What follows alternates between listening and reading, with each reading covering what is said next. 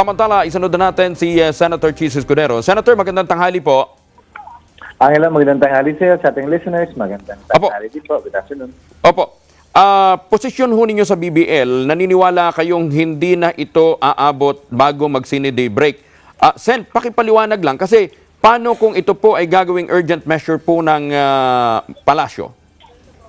Ang problema, Angelo, sa parte ng Senado, hindi ko kaya magsalita para sa Kamara. Nasa committee level pa lang kami at wala pang committee report si Senator Marcos. At ayon sa kanya kahapon, kausap ko siya, mukhang hindi aabot na makapagpalabas siya ng committee report at malagayan sa plenaryo bago mag-June 10. May ilang araw pa ho ba kayong sesyon, Sen, bago mag-sine day break? Sabay tayo hanggang June 10, 3 linggo. So, Dalawa? 2 linggo. Oo, So, 2 linggo na lang eh. 7 araw, Manghilo. So hindi talaga kakayanin. Kahit naman sa parte niyo, Angelo, kahit kayo mismo sa Kamara, dadaan pa yan sa Ways and Means, dadaan pa yan sa Appropriations Committee, baka malabas yan bukas pa lamang sa plenaryo, so meron na lamang kayong 6 na araw sa plenaryo para pag-usapan yan. Okay, ang isang issue dito ho, pero pwede nyo ho namang i-adapt na lang din ng Senado, yung inaprobahan ho ng Kongreso, o kinakailangan talagang busisiin nyo ng todo yung... Malabo. Malabo yata, Angelo. Malabo yun. Yung inaprobahan ninyo. Malabo yun. So definitely, itong gagawin ng komite ni Senator Marcos, complete run-through uli, complete process ho uli ng mga pagdinig. Opo, at gano'n naman po talaga yung sistema, lalo na sa isang komplikado, napakahalaga at masalimuot na batas tulad ng pinapanukalang BBL. Pero kayo ho, naniniwala ba doon sa mga pinasa ng Kongreso, nandun pa rin yung mga unconstitutional provisions? Opo, may ilan pa rin doon at may ilang pagbabago pa rin na nais po namin gawin. Dahil yung version na pabago-bago kasi yung version ng huli, nakita namin yung chairman's, yung consolidated report. Akala namin yun binasa ko yun. Nakita ko yung chairman at vice chairman's report, binasa ko rin yun. Naamyendahan pa. So, hintayin ko na lang na may aprubahan kayo, Angelo, bago ko basahin dahil naguguluhan na rin ako kung ano yung version ng Kamara. So, ibig sabihin, kahit na ho, sabihin no ng tumitimon sa palasyo na baka pwedeng i-adapt natin yun sa Kongreso, talagang hindi uubra. Hindi ho mangyayari yan. Bubusisiin po namin palagi yan at hindi po yata mangyayaring i-adapt na lamang namin yung version ng Kamara. Kakausapin daw ho ang mga senador ng Pangulo, Senator Chis. Ang pagkakarinig ko, Angelo, ay bukas daw siyang kausapin. Papatawag siya. Sabi ko nga, tila pag-amin yan na hindi ginagawa ng OPAP yung trabaho nila. Dahil bakit ang Pangulo mismo ang gagawa ng trabahong dapat sana, ay OPAP ang gumagawa. Sa dami ng problemang dapat na siguro ng Pangulo, isa na siguro ito sa isa sa mga bagay na hindi dapat madalin. Mas dapat siguro madalin, Angelo, yung repair at bagong-bago ng MRT kesa rito. Okay. Sen, kung sakasakali po na madelay, o hindi umabot sa sine day break, ang Senado ho ba willing namang magpatawag ng special session o willing ho ba kayong umupo sa isang special session na kung kakailanganin? Wala sa akin yan. Ang kapangyarihang magpatawag ng special session ay nasa Pangulo, sakasakali. Pero para sa akin, Angelo, mas gusto ko BBL na tama, na maayos at constitutional, kesa naman po BBL na minadali. Kung maalala mo, Angelo, Marso nila pinangako last year na ibigay sa atin itong BBL. Nabigay sa atin ito Setyembre na. April, May, June, July, August, September. 6 months late ang OPAP at Malacanang na ibigay sa atin ito. Tapos bigla ngayon mamadaliin nila tayo. Hindi naman siguro po yata tama yun. So kung nagkaroon man ng delay, ang naging cost nito ay ang OPAP at ang palasyo. Dahil kung maalala mga Angelo, pinangako nila yan March of last year, sapat sana yung panahon, hindi ba? Ang problema, binigay nila Setyembre, kasabay pa yung budget, so naantala pa yan ng konti. So hindi naman siguro maiiwasan na kung sila nga mismo yung na-delay, di siguro naman unawain nila, may sapat na panahon din silang dapat ibigay sa atin. Lalong-lalo na, Angelo, matagal na namin hinihiling.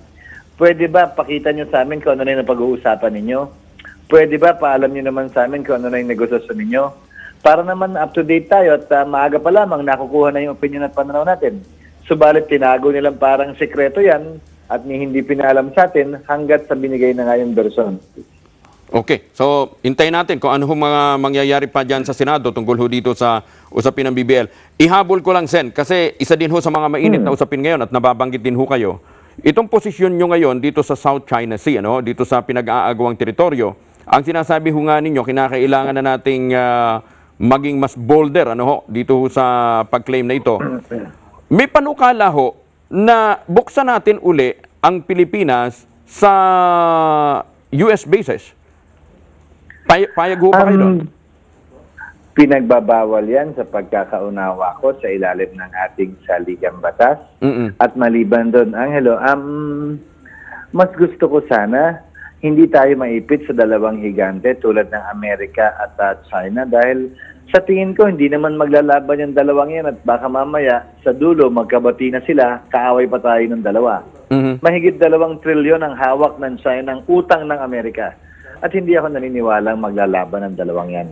Hindi rin naman ako naniniwala na kailangan dumating sa puntong putukan, magbabarilan, o magkakaroon ng gera sa pagitan ng China at Pilipinas. Dahil hindi na po uso, sa totoo lang, ang gera para resolbahan ang anumang hindi pagkakaunawaan ng dalawang bansa. Mas pipiliin ko po na i-explore at itulak natin lahat ng posibilidad para maisulong ang ating interes at makahanap ng solusyon sa problemang ito. Ginagawa na natin ang multilateral approach, ginagawa na natin ang regional approach, ginawa na natin ang legal approach. Dapat i-explore din po natin ang bilateral at iba pang mga approach para ma-resolbahan ang isyong ito. Kaya lang, Sen, habang pinupost natin ang bilateral approach, nandun na, nakita na natin kung gaano kalawak na yung naipatayo na istruktura ng China. Tama ka dyan, Angela, pero alam mo, hindi naman nila matatayo diyan overnight eh. At maliwanag, itong legal, multilateral, regional, hindi naman nakapagpapigil sa kanila sa ginagawa nila eh. Bakit hindi natin subukan dagdagan nang hindi na abandon na yung ginagawa natin ngayon, dagdagan ng iba pang espuerso sa pwersa ang ating ginagawa kaugnay sa bagay na yan. Kabilang na, Angela, sa mga pinanukala ko, pag-convene ng National Security Council, baka naman may mga ibang opinion na magagamit si Pangulo Aquino. Huwag lang niyang balikatin lahat ng problema. Marami namang tumulong ng mga kababayan natin at mga dating presidente rin. Sen, do you have anyone in mind na po pwede hong maging lead na dito sa magiging bilateral approach na inyong naiisip? Palaging diplomat o palaging DFA official yan, Angelo. Pero hindi rin napipigilan si Pangulo Aquino na magkaroon ng backroom talks, ika nga, o isang designated envoy, pwedeng pribadong individual, dahil malalim naman ang ugat at relasyon ng mga Pilipino sa mga lalo na sa pamamagitan ng Chinese Filipinos dito sa ating bansa. At madaling makahanap ng taong pwedeng magsilbing envoy ng Pangulo sa isang tinatawag na backroom talks. Okay. Alam mo kasi, pag nagkakapataasan na ng ihin na nangyayari ngayon, talagang magkakaaway na ang dalawang bansa. May domestic audience ang China, may domestic audience din ang Pilipinas. Kaugnay sa mga pangulo natin at pangulo nila na palaging yun ang papakinggan nila kung sakasakali. Okay. Alam namin na sa mahalagang pulong ho kayo, Sen. Pinulaot lang ho kayo, no? Last point na lamang ho. Mainit na rin ho kasi ang politika eh. Taka ang sinasabi hong pinakamatunog, ano? Hindi naman pinakamainit. Pinakamatunog na tambalan kung sakasakali man. Akala ko pinakamatino. Pwede rin.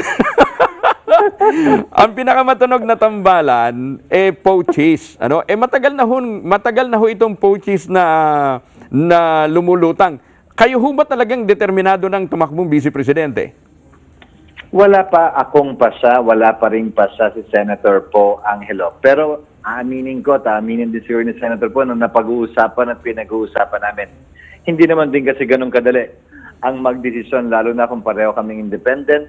At alam naman po ninyong wala naman kaming sapat na pera o resources para maglunsad ng nationwide na pangangampanya. Subalit, hindi naman din po ibig sabihin na nakareserba na lamang sa mayaman at may organisasyon at may partido ang pagtakbo at paninilbihan sa ating bansa. Hindi lang kami, Angelo, nakikipag-unahan dun sa mga gigil na magdeklara ngayon pa lamang.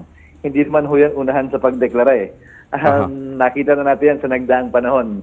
Yung mga naunang nagdeklara, natalo o hindi natuloy. At yung mga huli, at niwala nga sana ang planong tumakbo, ang sang nagwagi. Pinakamagandang ehemplo na, si Pangulong Aquino. Oo nga, kaso mukhang talagang ayaw. Yung iniintay nyo magdedeklara, mukhang talagang ayaw magdeklara. Hinihintay din ho yata si Senator po. Nininervyos eh. Anyway, Sen. Para sa akin, nandun palagi, pag magdesisyon, Angelo, si Senator po, kaugnay ng pagtakbo niya malamang bilang Pangulo, nandun palagi at makakaasa sa palagi sa aking tulong at suporta, gaano man po kaliit yun. Okay. We'll have more of that discussion, Sen, sa mga susunod na pagkakataon. Maraming salamat po.